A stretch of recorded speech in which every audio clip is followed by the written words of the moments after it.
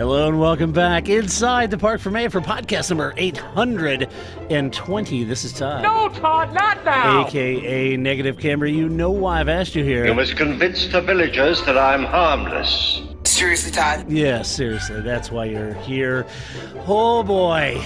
Yes. Well, hey, look, at podcast number 820, we're going to cover some Formula One news of the week. But before doing that, I have to introduce my co-host. And you know what that means. I have to go all the way to the right coast of our nation, nestled in our nation's capital, where she plies her skills as a master statistician, crunching numbers and crafting the most meaningful surveys the world has ever seen. You know her, you love her, the lovely, the redoubtable Grace! Grace, how you doing? I mean, I'm doing pretty good. Yeah, just making it. I don't know. It's a Tuesday.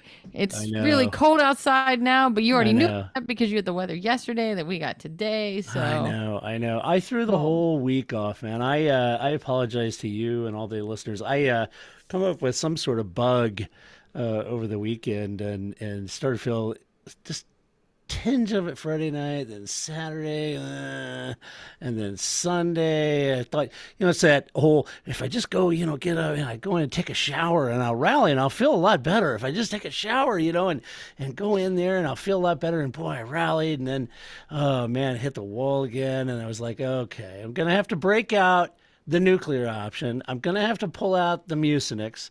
Because right now I feel like that dude on that commercial. I want to ride the horse, but I'm low E. I'm like totally low energy. So apologies for that, folks. And it delayed the podcast.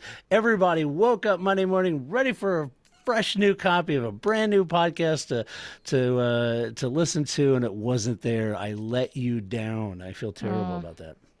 It's all right. It's all right. Well, we're big kids. We'll survive. I know. No, I agree too, because there's always like the day of my denial. I'm not sick. I'm fine. I know. Yeah. It's like, you're right. I'll just take a shower. It'll be fine. Yeah, that's all right. I'm just steam. gonna. It'll fix everything. Just gonna work through this. Not a big deal. And it probably wouldn't, except that come Monday, like I had meetings in the morning for my day job, and then quite literally had no voice. And I'll be surprised if I make it through this podcast without losing my voice, but had no voice by the end of the day. It was like, there's no possible way I can pull this off, which I'm sure some fun listeners out there are thinking, that's actually a good thing. You should just do the podcast like Grace Talk. No, I was just thinking, quick, get Paul on the horn. We can finally have that show we always want that Todd will never let us have, where we just talk about whatever we want. Whatever. It doesn't Mayonnaise, matter. whatever. Just you and Paul talking. I would have. But Paul was busy winning the Rolex 24. I know, right? Like, way to go, man. How about sweet. that? Yeah, sweet. Huge congrats. I'm over here fanboying over our buddy Paul.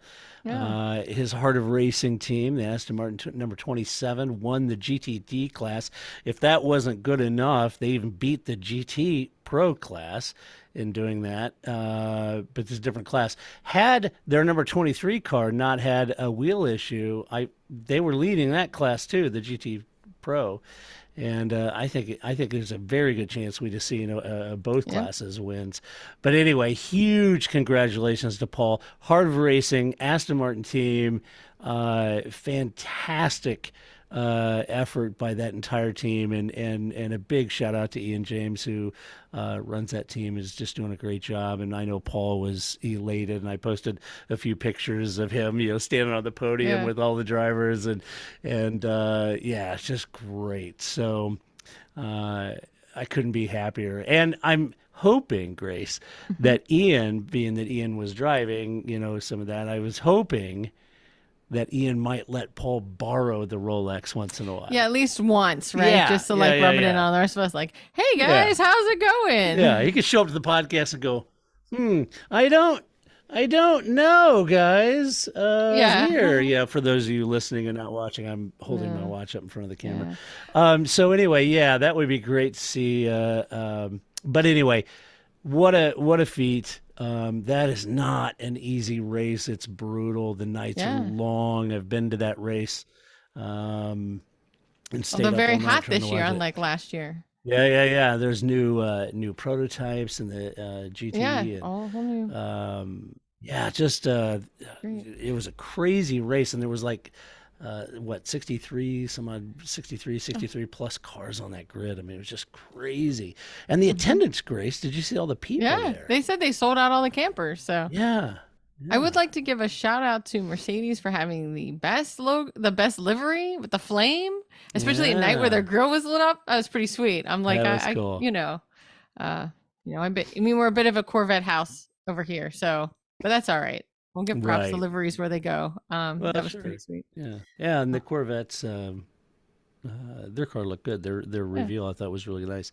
I did like the front grille of that BMW prototype. That was cool. Yeah. That was very BMW. Yeah. So that's always kind of fun too when you have all the cars out there together to kind of see what you get four options of different liveries, right? Like four things to look at instead of just every car looks the same kind of thing. So yeah, an incredibly close finish for LMP2. I thought that was incredible too. So and a big hat tip to Meyershank Racing for the GTP win. That was a great win by them, and the Acuras and come back, and just a great job all the way around. So anyway, big hat tip to Paul Charsley and the entire Heart of Racing team. Great job, guys, winning. That's what a great way to start the season. Is Sebring's their next race? Yeah. In March? Yeah. I mean, they showed 700 commercials for it. You think I'd remember when in March Sebring is, but they did show that. I watched it all streaming on Peacock because it was on like 7 different channels, and I can't keep what? I mean, I prefer it. It's better than how it used to be. Like it would be on one channel for 2 hours, right? So at least now you can watch all 24 hours on streaming. But it was just like, we got to get some more commercials. If I had to see these same 4 commercials over and over again. I know. It was. That's always the problem with auto racing, but streaming, it was not any better, the commercials. That's true. Yeah, that's true. I didn't think about that. There was another big race. I didn't watch it. The Race of Champions happened where you've got... I was watching Daytona. Well, I was too. That's all the hours I had. But 2-time DTM champion Matthias Ekstrom took his 4th Race of Champions win. He beat Mick Schumacher 2-0. And he also beat Mick's dad, Michael Schumacher, back in the day a couple times. My dad. I was thinking when they did the name the championships backwards who won, and Mick just kept going, my dad, my dad, my dad. It was almost as good as Lewis going, me. Yeah, right. My dad. So anyway, and not surprising. I mean, when it comes to Race of Champions, at the end of the day, the rally drivers just have a real edge. I mean, they are fantastic. You talk about unsung heroes. These guys are amazing all-around drivers. I mean, it helps that it was in the snow in Sweden too, but still, that's not a big shock there. But anyway, Race of Champions happened. Yeah. I was busy watching Paul win the Rolex, so I didn't get to see that. Maybe I can find a replay somewhere. I was busy enjoying Jeff Burton's witty banter. Yeah, old JB. How about Jeff Burton up there? He was looking a little tired towards I mean, again, I don't blame him, right? It's a long time, but he was looking a little rough there towards the end. I was like, Jeff, maybe you need somebody to switch off with more in the pit or something. They should have had him switch back and forth with his brother Ward Burton, because Ward's got that real Southern in the core. Yeah, in the core. I always thought that was funny, right? Because Jeff Burton would always say something like, my brother was born at the south end of the house, right? Because Jeff has no accent, and then Ward Burton has this really thick accent, Southern accent. So it's like, it's Ward Burton. Yeah. It's like I would always joke, he's born at the south end of the house. Now they both seem like great guys, but I've not met them, but anyway, they were fun. But it was it was just Jeff was looking, he was the like the Ted, right? Like, so he was, for those of you who didn't watch, he was playing the role of Ted. So after a while, you could see his like running around and, talking to different people and stuff kind of. And they had Henshin, that was good. Mm-hmm. And of course the dynamic duo that is Diff and Cal. Always, they were great. Which is good. So anyway. All right, well, let's talk about some Formula One news. Up front, now you may recall that Ferrari and their infinite wisdom decided this would be in the heat of the off-season car development design and getting ready and assembling the car and getting the car ready for 2020. This would be the perfect time to can the team boss, and that's exactly what they did. It's in their Gantt chart. It is. It's in their Gantt chart. If you look at it, you probably see it. Begin development of car, fire chief, fire. Yeah, it gets down to that 6-week, 8-week critical time, 13-week critical time. It's a dependency. Yeah, exactly. And when it gets to that point, now we've got a Gantt chart, but it's going to be split because if we do fire Bonato, we go this way. Right. Yeah, yeah, yeah, apparently it wasn't their Gantt chart. So anyway, they hired Frederick Vasseur. Nothing like project management jokes right off on the top of the show. Who Yeah, doesn't yeah, love those? yeah. I know. Yeah. Uh, let's see. So Fred came in. He had a press conference and with the media, As he's wont to do. right? And he was discussing the situation at Ferrari, and an article over at Motorsport summed up the event with a few talking points. And as a Ferrari fan, as you know, I am a Ferrari fan. I made a few mental notes that, as I read through them, I thought were kind of interesting. First one was there's no immediate upheaval. Fred said, quote, it will be arrogant on my side to take action on the technical organization after 2 weeks. We have discussions to try and understand how we can improve the system, what could be the weakness of the system, and to try and do a better job. But it's more a continuous improvement than a big step or big changes that, from my point of view, wouldn't make sense, end quote. Now, all that makes perfect sense, and I agree with him. It does take time to discover all of the inner workings of a team and then try to divine where things might be improved.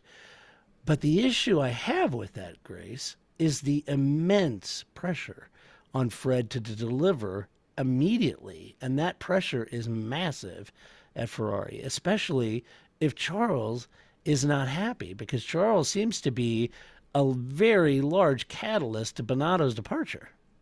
Well, I mean, you asked for this marriage, Charles Leclerc. You know what I mean? Like, I don't know. This is what, as you're saying, that seems to be the prevalent word on the street, is that this is what Charles Leclerc wanted. Well, you're gonna have to stick through with a little bit. I mean, I think that you can't just, yeah. I don't know. I think it's good. I agree that it's good that Vasseur isn't like just like chopping off heads. He's not like the Queen of Hearts all of a sudden in a Ferrari. You don't really want that. And that sort of the like, maybe the kinder, friendlier Ferrari will prevail, because I was just getting used to that. But I think that's good for Ferrari to be a little more, kind and gentle than just like, what, you looked at me wrong, you're fired. You sneezed, you're fired, right? Which seems to be much more their MO. So hopefully Fred will help with Leclerc, feel more comfortable, feel better, feel like he is getting the support that he wants. And that it'll make the team better. I agree. Yeah, I think it is going to be a waiting game. I think it's going to take time for Fred to get his sea legs over there.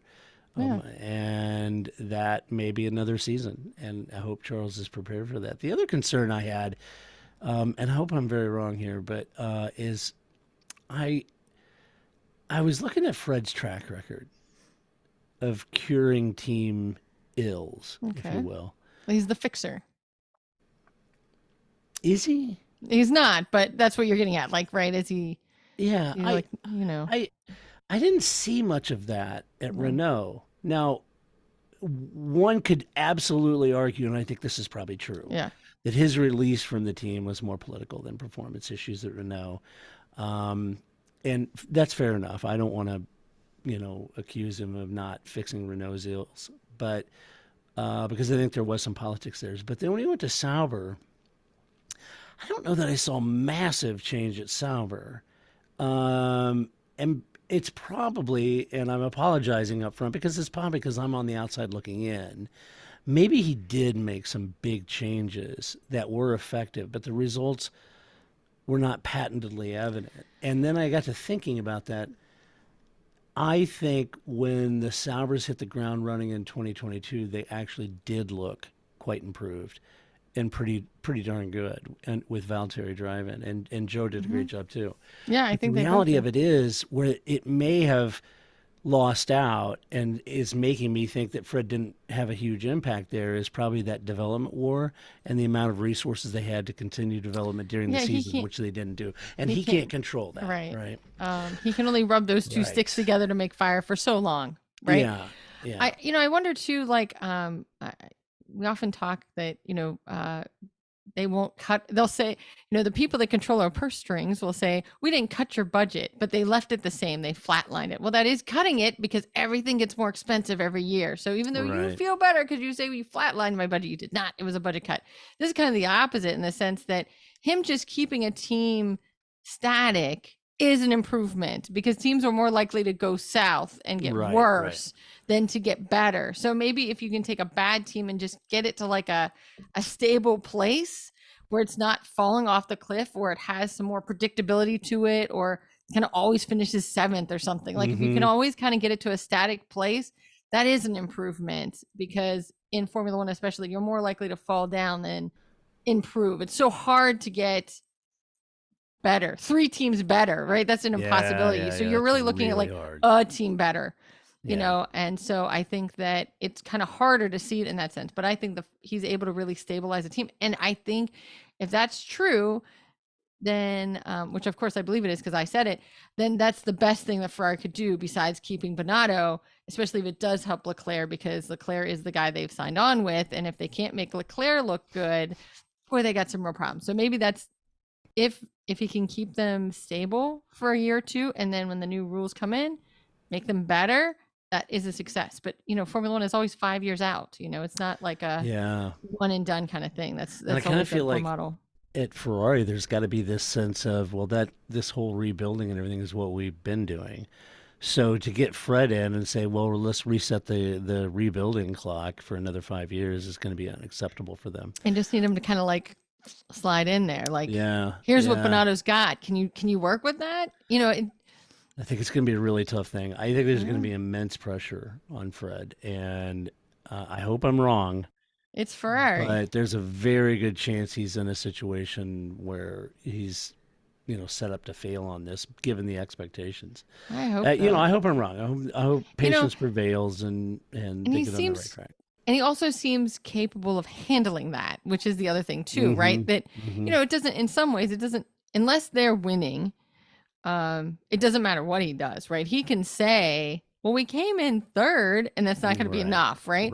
But I think Fred has been doing this long enough and his shoulders are big enough, wide enough to carry that yoke, right? That people are going to be critical of him, and he can basically say, shut your face, I know what I'm doing, right? And he's just going to kind of have that and keep the team insulated from as much of that like outside noise that always comes at. I mean, it comes to every team, but for sure Ferrari. I mean, you got half the country, at your front door mad at you. So I think that if he can just hold that together, and I think he just demonstrated that he kind of has that very like sly, dry, sly wit. He kind of keeps it very even. He never is he's the opposite of Christian Horner or whatever, like he's very undramatic, just kind of keeps it medium.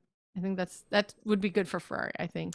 I think so. I think that's what one of the qualities Mattia had, Exactly. I think that pretty much unflappable. I joke about the kinder, gentler Ferrari. He really was. It was really like everybody would try to inflame him and he would just go, we're doing the best we can. We'll see you next week. Right. Like he just was like, you couldn't really inflame him. Again, the opposite of Christian Horner, although Christian Horner, I think, is acting it as much as anything else. But, Binotto just was sort of like, but I also think it's the engineer in him. He's just like, well, I don't care that you hate me. I'm just doing my job, or I don't care that I'm, that just like doesn't really enter into his psyche. He was just able to keep on improving and moving forward and keep on going. So, I think when he ends up, working with Andreas Seidel, it'll be fine, right? right. He'll just end up somewhere else on the grid. It'll be fine. Right. Well, time will tell. There you go. Let's see, in other big news this week. So, look, this whole FIA thing. Here we go. Gosh, this thing. I mean, the FIA now is in full damage control. You recall, let me just try to sum a bit here. You recall in 2021, we had the Abu Dhabi incident, and then we had the personal jewelry issue. How has that incident not had a gate attached to it? Verstappen gate. Yeah. Hamilton gate. Be Dhabi gate, Abu Dhabi gate. Oh no, I like Dobby Gate. That sounds like somebody off of Harry Potter. It does. Or Massey Gate. Oh, you're right. It should be Massey Gate. Massey Gate, yeah. So you had that incident. Then you had the personal jewelry, and that was followed by the whole confusion issue over Max's title It's the win when it took weirdest. him forever to figure out that he had actually won, and no one actually knew for quite a while. And then you had the embarrassing altercation at the prize giving gala between Mohammed bin Salem and Christian Horner, which was just surreal. And then that was eclipsed more recently by a full throated endorsement of Andretti and Cadillac to the grid as a new team. Um, and then you had the clampdown on drivers sharing political statements. And most recently, Mohammed bin Salem had comments about the potential valuation and offer to Liberty Media from a Saudi Arabia sovereign fund. And that prompted a stern letter from Liberty Media's lawyers rebuking him for doing so. Um, it is safe to assume that Mohammed bin Salem is not making friends quickly inside the Understatement paddock. of the year. But what's interesting is when he made the comment about the valuation and Liberty Media rebuked him by a letter to the lawyers, I wrote about that at the website. And what I wrote at the website was I reminded the readers that there is a precedent for the FIA to be privy to situations such as these, like the sell of the sport or, teams or, Concord agreements, all that stuff. Sure. There is a precedent for that. You cannot ignore it. It's in the bylaws and regulatory bylaws. But I argued also in that article that I posted at this point, the only solution I saw going forward, giving all of this friction and consternation between him and just how Eddie everywhere is, maybe over Everywhere. his head here. Yeah.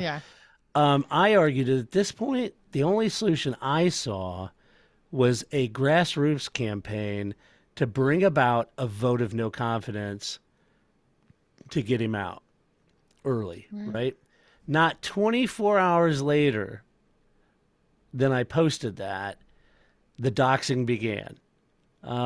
It seems that someone shared some information with the media about an old 2001 website that Ben Salem had in which he is alleged to have said that he does, quote, not like women who think they are smarter than men, end quote. Now, Thanks for listening to this podcast. We'll be seeing you later. right.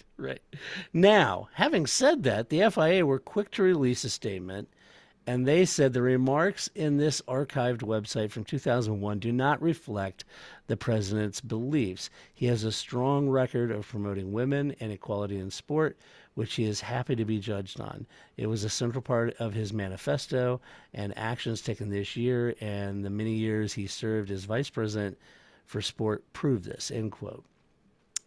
Now, the reason I think this is more along the lines of what I had said 24 hours earlier is that it was leaked to the Times. Right. Nobody in the media knew about this website, but it was leaked to the Times. You see, senior figures in F1 already knew about the website and the contents of the website since he became president. So many months, they already knew about it, but nobody else knew about it until this all started going down. And I would suggest that it was basically this information is being held as a nuclear option, which somebody just launched, right? So, I'm assuming that that's what happened. My hunch is that we'll see things like this and more pressure put on his presidency and potential removal. And that's a tough situation to be in, as F1 isn't the only thing the FIA do. Sure not. That's like only one branch on the org chart. Right. So a very sticky, weird situation, Grace. Yes, for sure. And I think that they know where the bodies are buried, right? I think that you always vet somebody. I mean, if they don't know these things, then your vetting job is broken. And so certainly before anybody is put up to be FIA president, there's a vetting process, just like there is for any political position, right? Because you want to know where those things live. And so, right, that also means that if you make the wrong people mad, I guess they do know where those bodies are buried. But um, I don't know. I'm all over. I'm over the like weak apologies. I don't know. If you said it, if you didn't say it, then just own it or don't own it, right? Like I don't Right. know. I don't know. I'm over the like, oh, sorry, you were offended kind of responses, but that's a whole nother podcast. That's just me right. apparently. So, I don't know. Either just get. I also have no time for this. Just get rid of them. I don't know. Like have the power, just fire them. I don't know. This is. I don't. Yeah. Formula One has enough drama. Sports is already dramatic enough in general. Do I need now the political side of it also being dramatic? I don't know. Well, and you bring up a great point. I was thinking about this afternoon, Grace. I mean, this may be. I mean, this is clearly a power struggle. Let's get that straight within Formula One, and it is a bit of a battle between F1, the commercial rights, and the regulator. Right? They're saying your swim lane is right here, sir. Stop being over here and over here. Which Jean Todt did really well. So I was just going to say, now keep in mind that Jean Todt was almost persona non grata, right? Yeah. Nobody ever saw him. And so no one ever thought he did anything, you know? He was working on road safety and other things and flying around. But, you know, as far as getting involved, you know, in such a public way, this just did not happen. Matter of fact, kudos to F1 for assembling their own technical team and telling Jean's FIA how it was going to be as far as technical. Right. And at the time, you and I talked about that, and I thought, I don't understand why Jean Todt is allowing F1 to assemble a Ross Brawn team of technical experts to tell the FIA what the technical regulations are, because that traditionally has always been the FIA's role, job, not Formula One's, right? Right. And I always thought that was so weird, but they allowed it to happen. And so I've seen. I think to your point, this is kind of a strange situation, and they've rolled this out and they've leaked this information to the press to put pressure. I think they're trying to drum up a vote of no confidence at some point.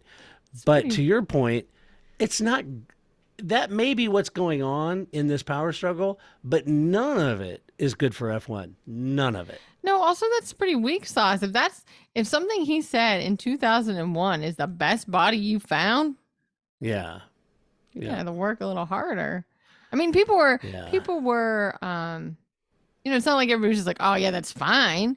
But I also don't think that's enough that he's gonna get ousted over either. Yeah, yeah, and you know they'll tout his actions in F. Well, I mean, I think one of the first things he did, isn't the person that kind of oversees the F1 branch of that a female? It's a woman, I think, that he's got in that place, an attorney, if memory serves. So, I mean, you can also have women working for you and also still be a misogynist, right? Can. So, I mean, I just think that's if that was their nuclear option, I don't see how that's going to stick. Yeah, I don't know either. I've seen several comments and even watched a couple of minutes of some podcasts from media outlets, no less, not independents like we are, but you know, some that were from media outlets that cover the sport, where people are saying that the FIA isn't needed anymore and they aren't needed any longer for F1, and you know they're a joke and F1 should just ditch them and all that. Now, look, I'm not a FIA sycophant. Trust me, folks. I've had my fair share of criticism in the last 17 years of the FIA, okay? And Grace is my witness. But there is a lot more to it than a bunch of 30-somethings saying that F1 should just ditch the FIA. That isn't possible without a massive legal battle, which would be tied to the EU, okay? So this is a major, major thing. People guffawed about the pittance that Max Mosley charged Bernie Ecclestone, a measly $300 million for a 100-year commercial rights deal. There's a reason that deal was done.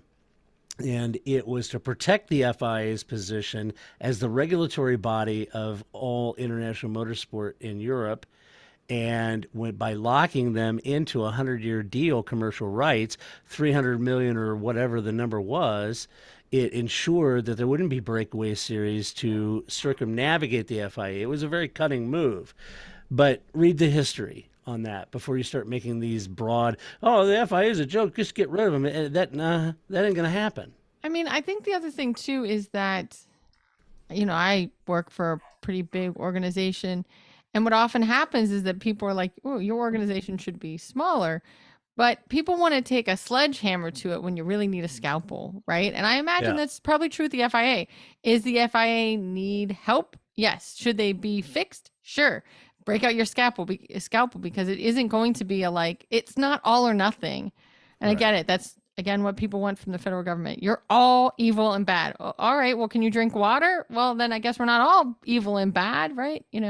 You eat food, don't you? And you don't die. Right? We're not all evil and bad. So, but that kind of something that isn't all or nothing is a lot of work, and trying to figure out where things are too heavy and trim the fat and whatever is a hard job to do. And so I would imagine that's true of the FIA. So I think, of course, it's easier to say, get them all out of here. They're all terrible. We don't need them and blah, blah, blah. But that's not true either. So trying to find that place, though, is hard. It is, Grace, and you make a great point, because it did surprise me that you got media outlets that carry F1, a group of people speaking as if, okay, now the FIA hates all women. It's not relevant any longer to F1 and should therefore not be the regulatory body. Get rid of them. They have to just get rid of the. And I was like, what? Wait a minute. Wait, whoa. Time out. Nice shooting, Tex. To your point, it's a scalpel thing here, okay? You and I have pulled it to the FIA threads for years now about consistent race stewards at every race, about different things to improve. And these are slight improvements that we've had the luxury of commenting on the FIA since Max Mosley's days, right? And covered his FIA. Then we covered Jean Tot's FIA. Now we're covering MBS's. And we've seen a lot of iterations, a lot of different changes, and primarily a lot done for the embetterment of the sport. But it's irrational. And to your point, it's just immediately go from zero to a sledgehammer and tear it all down. And I just think that's ridiculous. So we said all along that like I said, whatever Jean Todt was doing at the FIA, it wasn't in the public, and that gave the public the impression they did very little. But we said last year that the new president he was going to be a real issue for this sport. And so far, he's proving to be. I think keeping with I work for a large organization. There's definitely you work for the world's largest organization, Grace. Let's not mince words. The world's largest? I don't know. Largest employer, yeah. Okay, the U.S. government, yeah. In the world, that seems like a lot. There's a bunch. Anyway, there's a whole bunch of Graces in there. Nobody wants that. One's enough. I'm pretty sure. But anyway, I don't know. They may get crap done if there was a bunch of Graces. I ain't got time for that. So, but I guess what I was going to say is that there's also a distinction between that people don't understand, that there's a difference between the political appointees and us career federal employees. And so the same thing also exists at the FIA. There is the president who comes in and out and changes, but you have all those people underneath him that do their job regardless of if it's Jean Todt or Max Mosley or, Frosty the Snowman, right? Right. They have to do their job, and they continue to do their job. And so you can't also just throw out all of the FIA because you don't like the guy at the top, right? Right. And that same thing happens because it'll just, things will stop functioning. And I don't know. I think that's I wish somebody, because I certainly don't know every nuance of how the FIA works. It would be more helpful. You need the Craig Scarborough of the FIA or something. Somebody that could take apart all this little, and all the little nuance, right? I would love some pictures, some squares, some lines, right? Some triangles. That would be great. But that really kind of could dig into that nuance, and that you could really see what they do, because of course, like you were saying, this is only one box, right, of their org chart, and what they kind of do elsewhere, and what control the president has and what the control the president doesn't have. Because again, the presidential administration has some effect on everything I do, but also has no effect on everything I do, because that's the way it's designed. Because otherwise you can't run a country if it changes every 4 to 8 years. So The same thing would happen with the FIA, which is a much smaller organization, but still led by a political appointee in that sense. Yeah, yeah, and they're elected and put in there, and they have a term, and Yeah. and they can be elected, sent home. And to some point, there is a lot of that in F. Well, you think of the drivers, Grace. Mm-hmm. I mean, they're really subcontractors to a team. Yes, they are. But there's a whole rank and file. There's a lot of men and women that work for that team. That's their day-to-day career. That's Yeah, their day absolutely. job, and they're there and have been for years. I think like Alan Permain at Alpine. He's Mm-hmm. been at Renault forever, right? And Or Mattia Bonato. right, Mattia Bonanno, same thing. And so, but the drivers come and go. Yeah. They're subcontractors. So anyway, keep your eye on that. I think Mercedes is gonna hang that after Lewis Hamilton. Lewis Hamilton's subcontractor.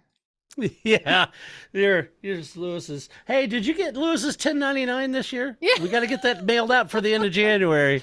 He's got to file those taxes, Got to man. file those taxes. He's going to TurboTax. Oh, he's going to H&R Block? Oh, Okay, good all luck. right. Yeah, Yeah. good luck. Let's see. Now, right. hey, look up front. I got to apologize. I was wrong, and I've got to apologize to our listeners. What? I know. I have to apologize because at the time that Audi and Sauber, and that was being said that the German car maker Audi was coming to F1, most of all the reports I read said that Audi would be buying a majority of the team and operate as a full works team. Mm-hmm. But this week, Sauber debunked that. They came out with just an innocuous post that said they're welcoming Audi. Sauber said that Audi is actually acquiring a minority stake in the Sauber group in January. So it's probably done by now.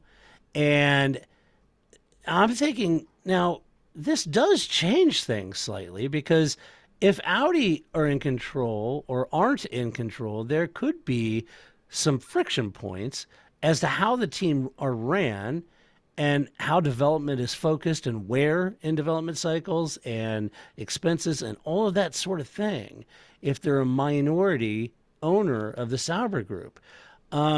And I got to thinking about that, Grace. The more I thought about it, the more it's akin to, remember, Yes. BMW's initial investment in Williams.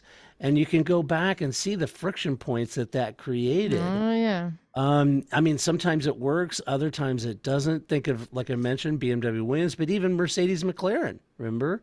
I do.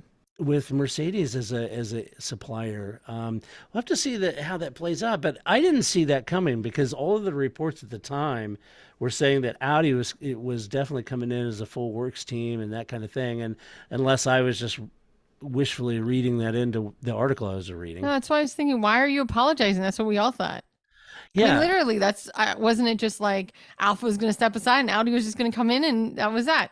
that's kind of what I thought. I mean, I most thought of the that's what reports are everybody kind of like Audi's going to come in full works team. They're going And especially when Seidel went over, right? That was just seen as a preparatory step Exactly. Yeah, before, yeah, they took full control of Sauber. So right. I thought that was the case. You got all these drivers that are clamoring to join the Audi team, but now actually they're just wanting to join the Sauber team, powered by Audi. Does that change things? Probably not. Anyway, No, because Ricciardo will want to drive there either way. he would. So does Valtteri. Yeah. Look, maybe not. I got to think it could be Audi's way of dipping their toe into the F1 pool to see Being if the safe. water's warm. You know what I mean? You think about BMW and Williams, and then his initial investment, and then they ended up, I think, in a much larger role. I don't know that they ever had controlling interest, but it was a much larger role. But it was kind of BMW Williams at one Yeah. point. They're can't not willing remember. to just I just met you, I'm moving in. Right. Right. They want to have a few dates. They want to Yeah, take this maybe. slow, I just got out of a bad Yeah. relationship. Maybe Yeah. we'll see. Maybe they're just dipping their toe in the water. It's lukewarm. Maybe we'll jump in, see how it goes. It's a lot. I mean, I think that's the way to go, both in relationships and in Formula One teams. But take your time, go slow. Yeah, don't, he's don't- into it. Yeah, because once you're in, you're in. You're in. Yes. Everything is easier until the day you get married. So make sure you're ready for it, because if you aren't, it's all harder afterwards. So Yeah, it sure same is. idea, right? So like, be sure before you sign on that dotted line, just ease in a little bit, you know? Yeah. Yeah, it's true. I think I'm going on 24 years, Grace. Wow. That's getting up there on marriage, isn't it?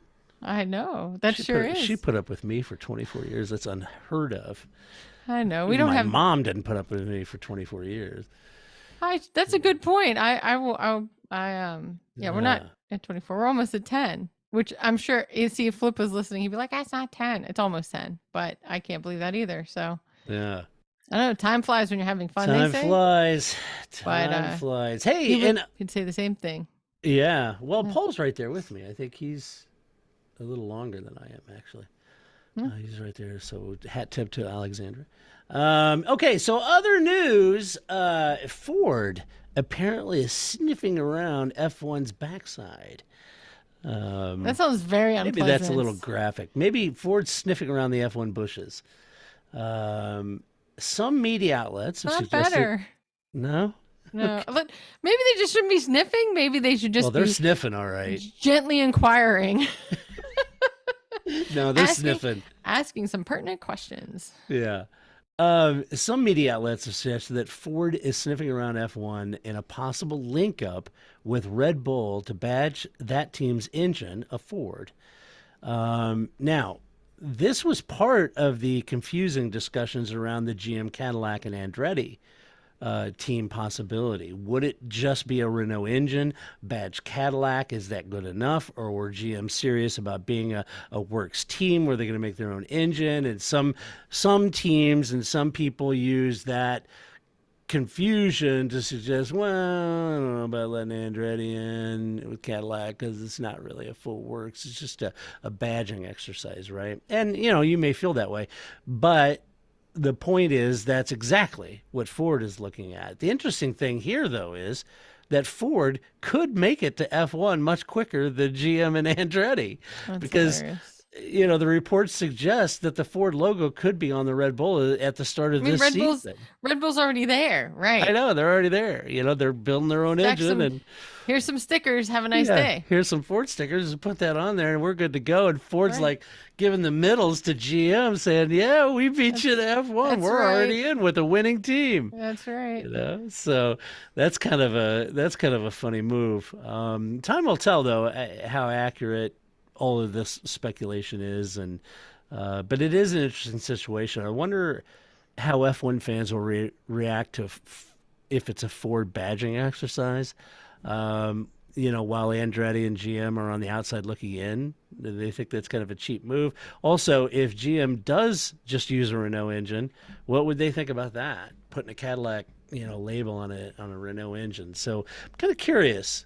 It seems like you got a couple of car companies looking to possibly get into F1 and capitalize on this growth, but neither of them are showing up with a full works, brand new F1 engine, hybrid, none of that.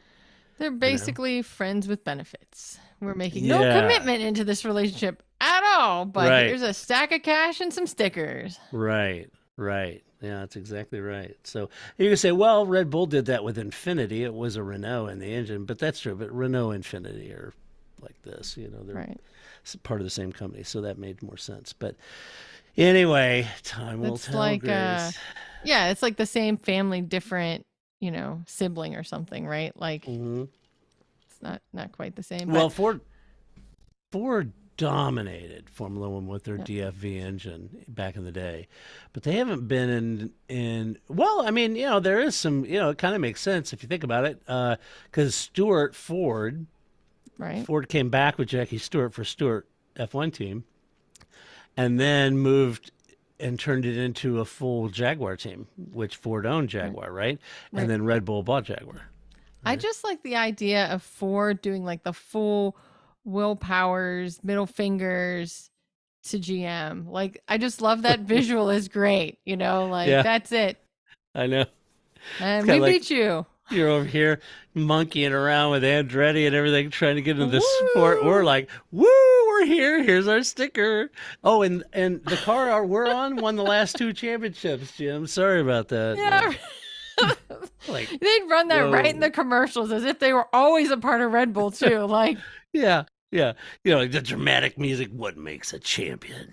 Ford two-time powered, champion. two-time champion, showing the Red Bull car, you can just see it. Yeah, Ford. Rising up like it's on the Mexico GP, stand that one year that they did that. Yeah, which, yeah. I don't know why Rising up out of smoke, and they could just Yeah. make hay with this about how Ford's brought 2 championships. I love it. I would give money to that effort. Yeah. That would be an absolute roundhouse Chuck Norris kick to GM. Yeah, for sure. And it would. Yeah. So anyway, all right. Let's do some Albin's Cats.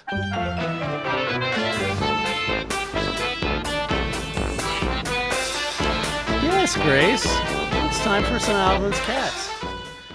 What do you got for us? So, I know that you are, as much as we talk about, Paul and I being fans of food, you too are also a fan of food, and you're a fan of food-based television shows as well. So I just wanted to let you know that if you ever find the need to ever visit the Washington, D.C. area again, this weekend they open a Hell's Kitchen in the Wharf. So now you have 2 reasons to come visit D.C. You can come see me.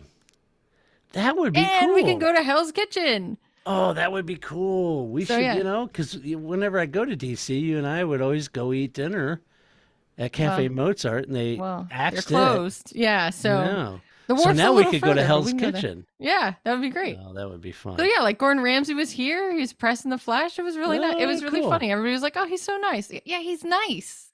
Yeah. Don't let the show fool you. He's a nice person. But yeah. So I know that you're a fan, and I'm behind. Is the current season over? No, not yet. They handed out the black jackets. And I'm eliminated one of them, I think, and so it's getting close. Yeah, I just got to blind taste test, so I'm an 8 chef, so I'm a little behind. But okay, Alex surprised me on that. So the blind, they were all terrible except Alejandro. They were terrible at it. I know they were. Which Alex too, because Alex I think has been the solid through the whole thing. He has been. I'll be surprised if he doesn't win. Because me too. In the most, but summer's coming on strong, so it's hard to know. Well, the girls. I mean, at this point, they've won 5 in a row. So I know the girls are just dominating. They still got 2 more to win. So I know. Yeah, they're doing great. I did like when it was like the girls and Brent.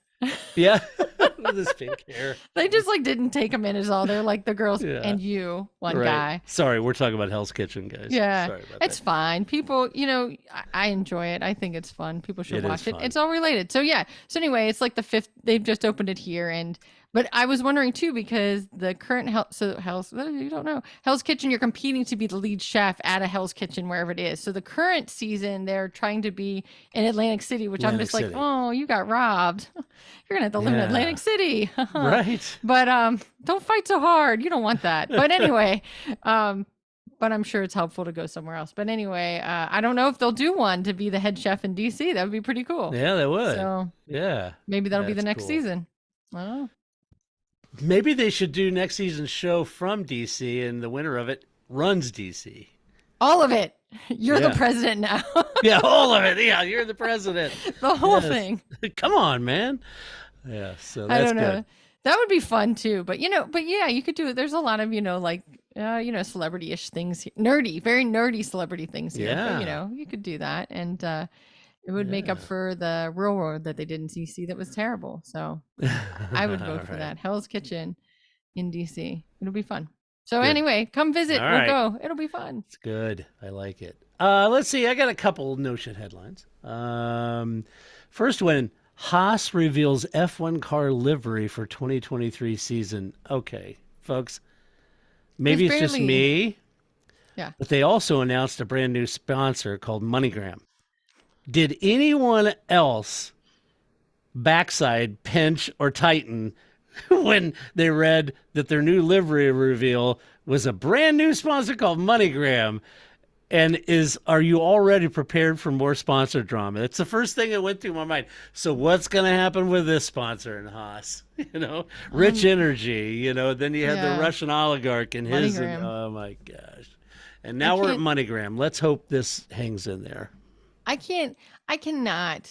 I cannot get excited for any of the livery launches. This has gone in the wrong direction. I get it that they're never going to go back to, confetti cannons of old, but come on, you're not even pretending. Like, at least for a while we pretended this might be your car for the new season, but now we don't even do that. You're just rolling out the old car with different paint colors on it. I know. Why are you wasting my time?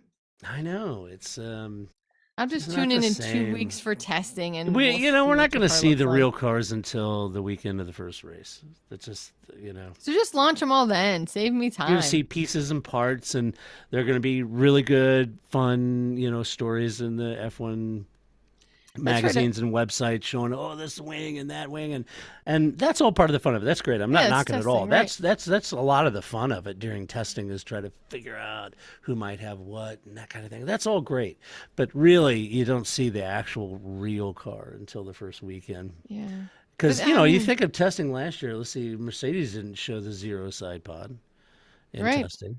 No, why would you? It wasn't until that first weekend they showed up. So I don't know. I just every year more disappointed by this idea. I know, me too. Launch. It's like, and it was so low key, just a press release, picture of it. I'm thinking, yeah, but that really somebody did in like Adobe Acrobat or something, right? Yeah, right. Yeah, it wasn't when they were even taking pictures; they were just done in Adobe. Yeah. Really? Don't even bother. No, silly. Leave your dignity. Let's see the other headline. Real reason why F1 legend Johnny Herbert and fellow pundit Paul di Resta were axed by Sky Sports. Johnny Herbert, a.k.a. the guy who told Max Verstappen that you were the 2022 champion. Yes, he is. Yeah. Look, to be honest with you, there wasn't any real reason. It's pretty much the reason everybody else is saying, which is their contracts were up and Sky just didn't renew them. This is actually... I'm actually bothered by that.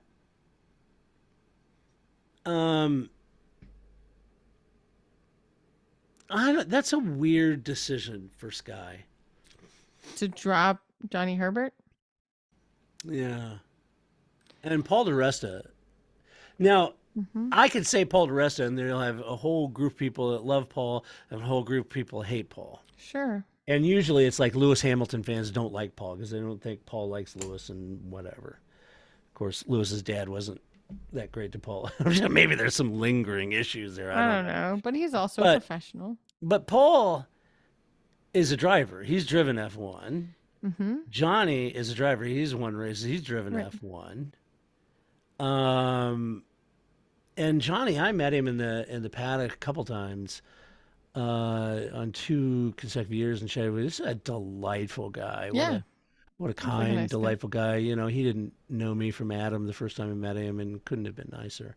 And I don't know, I guess if they're bringing JB in or whatever, and they sort of had Nico commenting and stuff like that, but I kind of feel like, I don't know, you're missing the point. And they have other people on there, and I guess Simon's sort of like the quarterback and all that, but I don't know. And I'm still not sold on Naomi. I'm sorry. I she's not a broadcast professional. She looks, very awkward.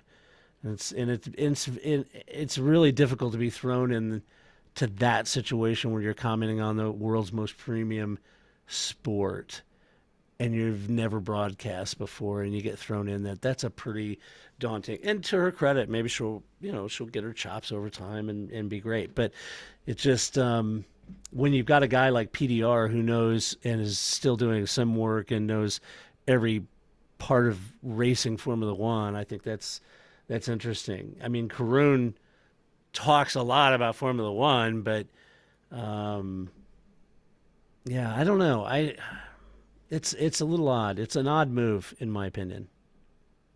I just figured that Sky felt that they only needed 16 drivers on their roster. Right.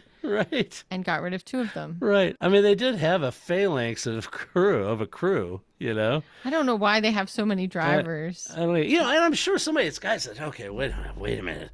And so we added Naomi, and we've got Rachel and Pink, and we've got Ted. Apparently, we got to keep that going, and we've got Simon, and then we have, who's the other guy with the deep voice? Kind of the deep voice that talks like this. He does a lot of the news for. It name's escaping me. Sorry, dude. I'm sure you're awesome. Can't remember his name. Anyway, everybody at home listening to this going, it's so and so. Craig Slater. So that's it. Yeah, so, you know, yeah, and you got him on there, and he's, you know, and I'm thinking, so you got Craig, you got Naomi, and you got these other people. Okay, so, you know, Martin is good as gold as far as broadcasting. Yeah. PDR, Anthony Davis is awesome. PDR is awesome, and his assessment of the driving and stuff. I don't know. It's a strange place to make room, but anyway, there you go. No more Johnny Air Bear. I know, right? I think it could just be, like you said, like they may just want to cut back, and that is the easiest way to cut back, right? Yeah, contracts up for renewal and you don't renew them. Yeah. Right. And so it may not be personal in that sense. I mean, I agree, you know, if I had to cut down from, you know, 74 drivers in my lineup to 72 drivers in my lineup, those might not be the two I cut, but again, I just think from a business perspective, that's the easiest way to get attrition is to just not re-sign people. Yeah, it's pretty tough. Anyway, all right. Well, that does it for this podcast. That's what we think about the news, but you let us know what you think about the news. And again, big apologies for being a day late, and thanks for hanging in there with us. Huge thank you to our Patreon supporters, because we could not and would not do this podcast if it was not for our Patreon supporters. And one of the the perks is I put a commercial-free version of the podcast up on the RSS feed for Patreon. So if you don't want to listen to commercials, you can get a commercial-free version at Patreon. So anyway, huge thank you to our Patreon supporters. You can share your opinion about this news or anything else by going to theparkformay.com. Just do it decorum and civility. And if you love this podcast, go over to iTunes, give us a good rating, share it with your friends, tell your friends about it, and spread the love. And you can also do that over at our YouTube channel, where we record these podcasts and throw them up so you can watch Talking Heads. I know they're not very exciting, but at least you can see Talking Heads. We're super exciting. What are you talking about? We are. I'm arm waving over here. So I mean, I think I personally think it's better, because then other people get to see your facial expressions and not just me. Like, you know, or you can tell when an Andretti story is coming and I've read the headline. Like, right. You know, an Andretti story is coming, Grace gets all tense. Literally, in the last podcast, as soon as you mentioned it, my whole face just was like soured. Yeah, I know. So I think watching it on YouTube is it's fun. You get to see my Speed Racer, the Mach 5 on my Grace's book she got me. I had no cat visitors, so you got no cats visiting this podcast. My dogs haven't barged in. That's good. Maybe it's like whatever. You know how people always say like people are weird when there's a full moon. Maybe it's like a waning crescent or something, and therefore there's no drama in the pet world. I don't know. Very weird. Yeah. Like the last podcast, you had 2 barge-ins and I know. It was crazy. Anyway. Nobody. They're all calm tonight. All right, folks. Until this time next week when we come back to do it all over again, this is Todd, aka Negative Camber, saying so long, Grace. See you next week. That's it, man. Game over, man. It's game over.